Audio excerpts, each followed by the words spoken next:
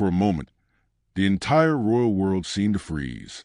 Inside the palace, moments after a flawless ceremony, young Prince George and Princess Charlotte found themselves at the center of a storm no child should ever face.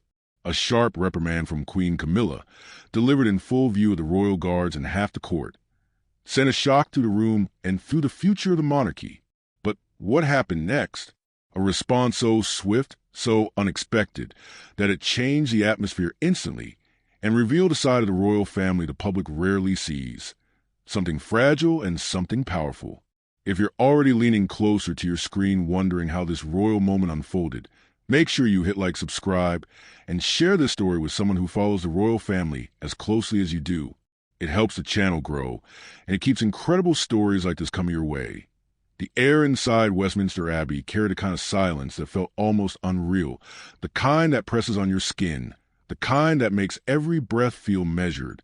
History wasn't just being witnessed that day, it was being performed. Every footstep, every note of the choir, every turn of a royal head had been rehearsed to the edge of perfection. And in the middle of more than 1,000 eyes, cameras, and centuries of expectation sat two children who were trying to hold themselves together under a weight no child should ever be asked to bear. Prince George, dressed in a miniature naval uniform that shimmered in the filtered light of the stained glass windows, looked both brave and impossibly small. His sister, Princess Charlotte, sat beside her with hands folded so tightly in her lap that her knuckles had turned pale. Her pale blue dress looked calm, almost serene, but the tension in her shoulders told another story. They had been seated for nearly an hour, and even the most composed adult would have begun to shift under such pressure. They were children expected to behave like icons. A royal guard standing near one of the pillars noticed at first a soft, barely there movement of George's leg. It wasn't disobedience. It was instinct. Being 10 years old, sitting still on a wooden pew in a silent cathedral for 60 long minutes, was a battle no one could truly prepare for. The guard's eyes softened for a second, a flash of empathy, before he forced himself back into his stoic expression. But Queen Camilla was not so soft. She stood a small distance from the altar, positioned carefully within the ceremonial choreography, yet close enough to see everything. Her expression remained poised, the kind of smile that fits official portraits, but her eyes were sharp, scanning, noticing, calculating. She had always been hyper-aware of appearances, of the gaze of the world, of the fragile balance between elegance and scrutiny. George shifted again. Small, minor, barely more than a sigh of movement. But in that vast, echoing silence, even something so small felt amplified. Charlotte noticed instantly. Her head turned a fraction toward her brother, concern flickering in her eyes. She whispered nothing. She knew better, but her worry hung between them like a thread pulled too tight. George's foot tingled painfully, his leg falling asleep. He tried to adjust again, this time slower, more careful, but the movement drew the faintest sound from his uniform, a soft click of a button against the pew. Almost nothing. But to George, it felt like a thunderclap. And in that moment, Camilla moved. Not dramatically, not with anger on her face, but with the stiff, deliberate grace of someone who believed she was preventing catastrophe. A queen consort stepping forward in the middle of the coronation. Now that was a sight even the royal guards noticed. Two guards exchanged the quickest glance, a silent question. Is this part of the plan? It wasn't. The choir's voices rose, almost covering the tension that rippled through the front rows. But Catherine, seated a few rows behind, saw everything in real time. Her heart tightened as she watched Camilla turn her head fully toward the children. The queen consort's expression didn't break. It remained a perfectly polite mask, but Catherine knew the look beneath it. She had seen that look before, whispered about in quiet corners of royal life. A warning, a judgment, a reminder of hierarchy. Charlotte froze. George swallowed hard. Camilla stepped closer. That was the moment the atmosphere in the abbey shifted. Not loudly, but deeply, like the sudden tightening of air before a storm breaks. Even the seasoned guests, those familiar with royal discipline and ceremonial strictness, felt a subtle change, a stirring of discomfort they couldn't quite name. A royal guard near the aisle stiffened, his hand subtly adjusting his grip on the ceremonial staff, as if preparing for something unpredictable. He wasn't reacting to danger. He was reacting to the sudden break in the ceremonial script. When something goes off script in a royal event, guards notice instantly. Camilla leaned down toward the children as the choir held a long, echoing note that gave her the cover she needed. Her lips moved slowly, deliberately, delivering words meant for only two small ears. George's eyes widened with each word. Charlotte blinked fast, her throat tightening, fear swirling inside her. Whatever hope they had of disappearing into the ceremony vanished. Camilla straightened, satisfied, returning to her place as if nothing had happened. From a distance, it looked harmless, even tender, maybe a caring check-in, a gentle correction. But the truth was written across two small faces. George's posture snapped into something too rigid for a child. Charlotte pulled her hands in tighter, pressing them into her dress as if trying to anchor herself. Their expressions didn't show rebellion or defiance. They showed fear. Real, quiet fear. The choir swelled again. The archbishop's voice filled the air. The cameras continued their gentle sweep through the abbey. And yet, inside the hearts of the two young royals, something had cracked. The moment wasn't just a reprimand. It was a reminder that even childhood was not safe from the unyielding standard of royal life. Catherine felt her breath leave her chest. She looked toward William, and he felt it too. A subtle heat rose in his eyes. Not anger yet, but something close to it. A line had been crossed. But the ceremony demanded calm, demanded discipline, demanded silence. Cameras were watching. Guests were watching. The world was watching. So they stayed still. But their eyes kept drifting back toward their children. Two small figures fighting a battle no one else could fight for them. When the crown was placed, when the trumpets rang, when the final vow was spoken, George and Charlotte did not move. Not once, but not because of royal training. Because they were afraid to get it wrong again. The royal guards, discreet but not blind, saw the shift. Even they exchanged subtle looks, as if acknowledging silently. They're just children. This is too much. And when the ceremony ended, something else was about to begin. Something bigger. Something behind the scenes. Something that would change the entire tone of the day. And all because one small moment, one whispered reprimand, had shaken two young hearts inside the most powerful abbey in the world. The ceremony had ended, but the tension hadn't slipped away with the final hymn. As the guests shifted and robes rustled and the grand procession began to assemble, Catherine moved with a quiet urgency that only a mother could understand. She didn't push. She didn't rush. But every step she took toward her children carried the controlled fire of someone who had seen enough. George and Charlotte were standing near their pew, small and silent shadows against the towering architecture of Westminster Abbey. Their stiff posture told Catherine more than their faces ever could. George held his hands behind his back like a tiny soldier. Charlotte's chin was lifted just a bit too high, her expression resting in that fragile space between composure and collapse. When Catherine reached them, she lowered herself to their height, blocking the world, cameras, guests, and expectations, with the simple shield of her presence. "You did beautifully," she whispered, smoothing a stray piece of hair from Charlotte's cheek. "Both of you." Charlotte blinked fast, her eyelashes trembling. "But we moved," she whispered, guilt thick in her voice. Granny Camilla said, "You were perfect." Catherine cut in gently, her tone firm but warm, the kind of voice that makes a child trust again. "You sat still for longer than most adults could. What you did was more than enough." George wanted to believe her. She could see it. But the shadow of Camilla's words still lingered in his eyes, a small cloud that dimmed his usual quiet confidence. William joined them, resting a steadying hand on George's shoulder. "You handled yourselves with dignity," he murmured. "Your great-grandmother would have been proud."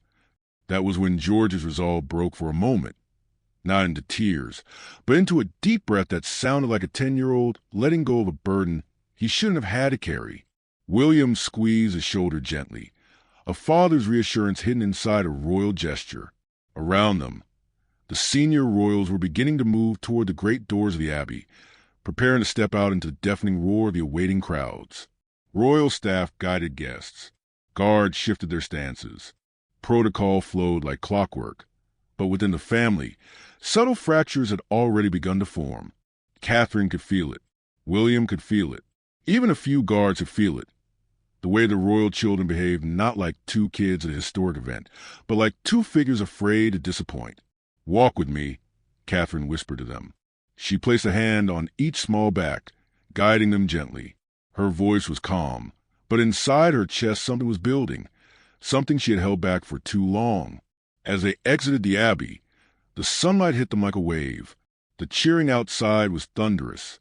Flags waved like a sea of color. Everywhere, cameras captured every angle. Yet, even with thousands of joyful faces before them, George stayed close to his father, and Charlotte clutched her mother's hand. The royal guards watched everything. They were trained to detect threats. But today they saw something else. A family tension simmering beneath polished smiles. In their eyes, Catherine caught a flicker of something rare. Concern, not for the monarchy, but for the children. Inside the royal car, as they traveled toward Buckingham Palace, William reached for Catherine's hand. It was a simple act, but it carried a message only two people who understood the pressures of royalty could share. Catherine squeezed back, not needing words. George and Charlotte sat across from them, both unusually quiet. Charlotte's legs dangled. George kept his hands folded in his lap, still trying to look proper, even though the ceremony was over. Catherine leaned forward. "You're safe now," she told him softly. "You don't have to be statues anymore." This time, George finally let his shoulders relax. Charlotte offered a tiny, tired smile. But Catherine wasn't done. Her protective instinct had ignited, that deep, primal fire that rises when a mother sees her children hurt. She didn't yell. She didn't lash out. She simply made a quiet promise to herself. This will not go unnoticed. This will not happen again. When they reached Buckingham Palace, staff rushed into position. Cameras were already gathering outside for the balcony appearance. Guests mingled inside, glasses clinked, and the reception had begun its elegant hum. The palace glittered, but Catherine felt none of its warmth. She watched George and Charlotte being escorted to a room to change out of their ceremonial outfits. Their heads were down, their steps small. She waited outside until they reemerged in slightly more comfortable clothes, but even then, their joy hadn't returned. Catherine's heart tightened. This wasn't just about a ceremony. It was about a pattern she had begun to notice in small moments, a tone, a glance, a harshness disguised as tradition. She found William standing near a window, watching the flow of guests. He handed her a glass, but she didn't drink. She humiliated them, Catherine said quietly, her voice steady but laced with emotion. In front of everyone. William's jaw tightened, the same mark of controlled anger he inherited from his father. "I know," he murmured, "but today it wasn't the time." "When is the time?" she replied. The question lingered like smoke. "When our children start believing they're a disappointment. When they grow afraid of every public appearance." William exhaled, not dismissing her, but weighing every word. He was torn between roles. Future king, son, father. A man in the middle of an emotional battlefield. Before he could answer, King Charles appeared. He was flushed with pride, genuinely happy after a successful ceremony. He praised the children warmly, until Catherine delicately mentioned Camilla's words. Something inside Charles shifted just a hint, but enough to show that the day's peace was more fragile than anyone thought. That moment sparked a quiet fuse that would later explode behind closed doors. Because while the world celebrated outside, inside the palace, emotions were tightening like drawn strings.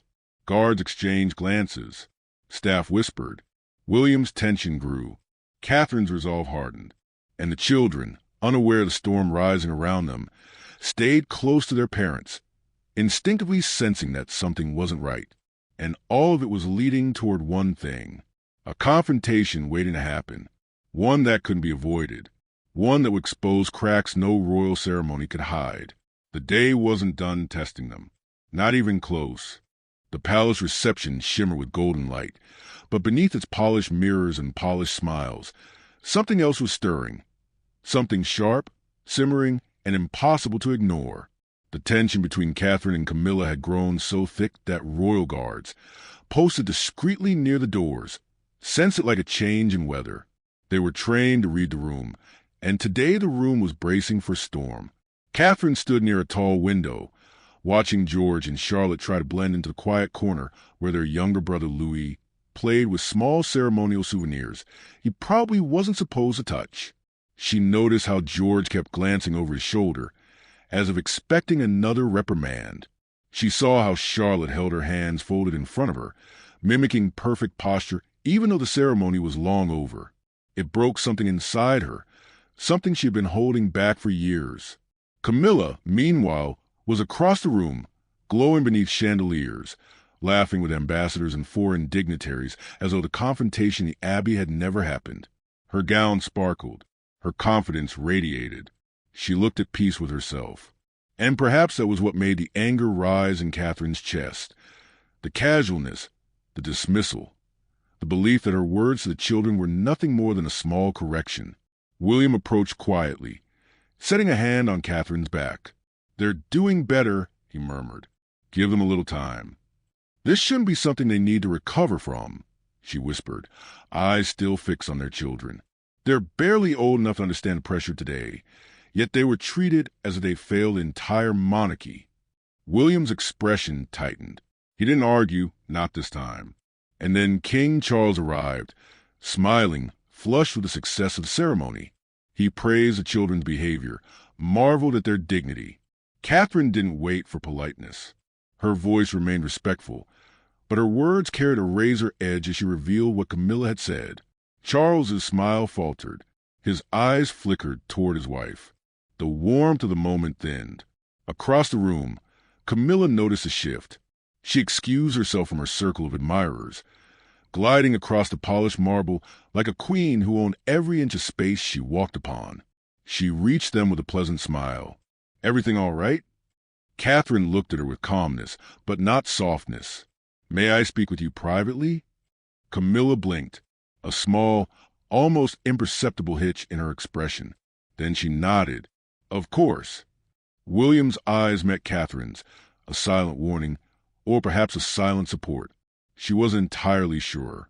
But she turned away, her spine straight, her heart steady, and led Camilla down a side hallway where the noise of the reception faded into distant murmurs. They entered a small sitting room, its decor elegant but understated. Portraits of former monarchs watched on the walls, as if waiting for yet another conflict in a family that had never lacked them. Camilla closed the door gently and folded her hands. "I assume this is about the children." "It is," Catherine replied. The calm in her voice held more strength than any raised tone could. "You humiliated them. George is terrified." Charlotte nearly cried. They were trying their best. Camilla's eyes narrowed slightly. They were fidgeting. It was a coronation, not a school play. Expectations matter. "They're children," Catherine said firmly. "Children asked to perform under the gaze of millions. They gave everything they had. And instead of acknowledging their effort, you told them they were embarrassing the family." "That is not what I said," Camilla countered. "I said they were acting like common children." And they were. They fidgeted. They whispered. It was inappropriate. Catherine stepped closer, not aggressively, but with conviction. "You made them feel small in a moment that should have made them proud." Camilla tilted her chin upward. "I was preparing them for real life. Royal life. You of all people should understand that. Royal life should not mean destroying their confidence before it even has a chance to grow," Catherine said. Her voice wavered with held-back emotion. "You don't get to decide their worth." Camilla stared at her, jaw tightening. "William and I grew up under stricter expectations. It's how this family survives. You're being too soft. One day they will rule, and they need discipline, not constant reassurance." "And what they need most right now," Catherine replied, "is kindness, protection, a family that builds them up, not tears them down." The silence that followed was thick. Camilla inhaled slowly. "You're emotional. This isn't about them. This is about you projecting your own insecurities." Catherine's eyes sharpened. This is about my children, and what you said to them was wrong." Before Camilla could respond, the door opened slightly, just a crack, and William stepped in. Behind him stood King Charles, concern carved into his features. They had heard the raised voices. Charles looked between the two women. "What is happening?" Camilla cleared her throat, smoothing her dress. "Your daughter-in-law believes I mistreated the children. I simply corrected them." "Corrected?" Catherine repeated softly. "You shamed them." William stepped closer to Catherine. His presence beside her wasn't loud, but it spoke volumes. "I heard what George said afterward," he told Camilla. "He thought he had shamed the entire monarchy.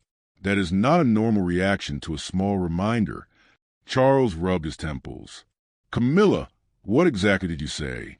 She hesitated. "A fraction too long. I told them to sit still, to act like royals. Nothing more." "That's not what they heard," William replied. "To them, it sounded like they were failures." Camilla's eyes flashed. "If they crumble from one comment, then perhaps they're not ready." "Stop," Catherine said. Not loudly, not commandingly, but with a serene finality that made the room still. "They are children," she whispered, "and they need love from their family, not criticism disguised as tradition." Charles looked at Camilla again, really looked. "Perhaps," he said carefully, "you were a bit harsh." Camilla stiffened, offended. "You're taking her side?" "I'm taking the children's side," Charles replied. For a moment, the palace felt colder, the portraits on the walls somehow more watchful. Camilla lifted her chin, her pride wounded. "I won't apologize for upholding standards."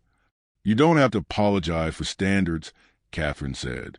"You have to apologize for hurting them." The silence that followed wasn't just silence. It was a crossroads. Then, softly, too softly, came a small voice. "Granny Camilla?" Everyone turned. George stood in the doorway, carrying more courage than any 10-year-old should ever need.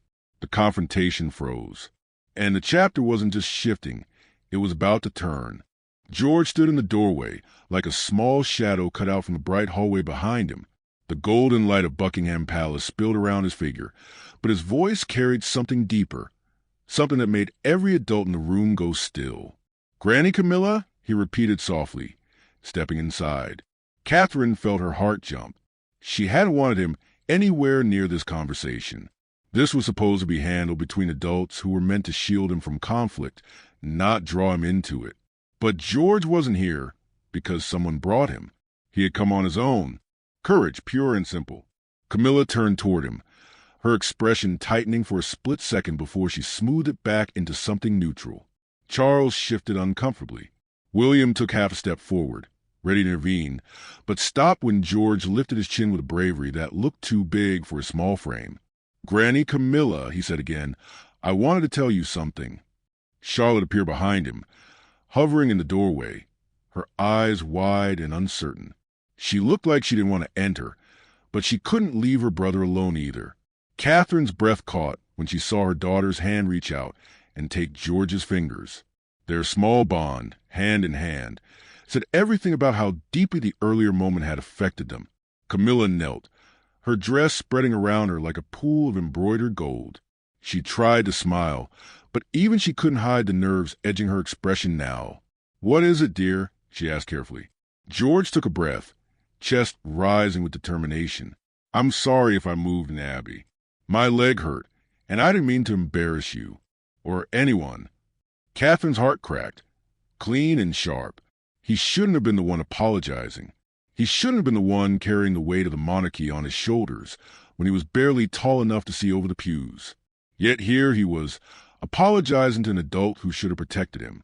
Charlotte stepped forward, her voice smaller but steady. "We really did try. We didn't want to make trouble." Camilla stared at them, the words landing on her with more force than any confrontation Catherine could have given. For a brief second, something inside her expression faltered, the polished facade, the pride, the defensiveness. It all cracked just a little, and in that crack, the truth finally slipped in. She saw them not as tiny representatives of centuries of royal expectation, but as two children who had carried themselves with dignity far beyond their years. Children who had tried so hard, too hard, to be perfect. Children she had wounded. Camilla swallowed. "No," she whispered, shaking her head softly. "No, my dears, you don't owe me an apology." The room held its breath. Charles blinked. William's eyes softened. Catherine felt tears prick at the corners of her vision. She didn't wipe them, didn't move. She just let the moment breathe. Camilla reached out, gently taking both children's hands. Her voice trembled in a way Catherine had never heard from her before. "I was wrong," she said quietly. "I spoke too sharply. I was worried about everything being perfect, and I let that worry turn into words that hurt you." Charlotte's eyes widened, searching Camilla's face for something real. George stayed very still, as if afraid the moment might break. "You were both wonderful today," Camilla continued, her voice softening even more. "You sat with patience, with grace, far more than anyone your age should be expected to. I should have seen that. I should have told you that." A tiny crack of relief passed over George's expression. Charlotte leaned closer to him. "Can you forgive me?" Camilla asked. Charlotte nodded almost instantly. Her heart was softer than she liked to admit. George hesitated, just long enough to show how deep the wound had been, then nodded too. "Yes," he said quietly. "We forgive you." Camilla pulled them into a gentle embrace. Over their heads, her eyes met Catherine's. It wasn't a look of triumph or defeat. It was something more human, weary, humbled, and almost grateful for the chance to make things right. When the children stepped back, Catherine dropped to her knees and gathered them in her arms. "Go on," she whispered. "I heard there's chocolate cake disappearing somewhere in this palace." That was all they needed. In an instant, they were children again, running, laughing, slipping back into joy as if it had been waiting just around the corner. The sound of their small footsteps echoed down the corridor. Silence settled again. Charles exhaled, long and heavy. That, he said, took courage from all sides. Camilla rose slowly, brushing tears she didn't fully hide. "I lost perspective," she admitted. "I wanted the day to be perfect. I forgot perfection means nothing if it hurts the people who matter." Catherine stood, the tension that had wrapped around her chest finally loosening.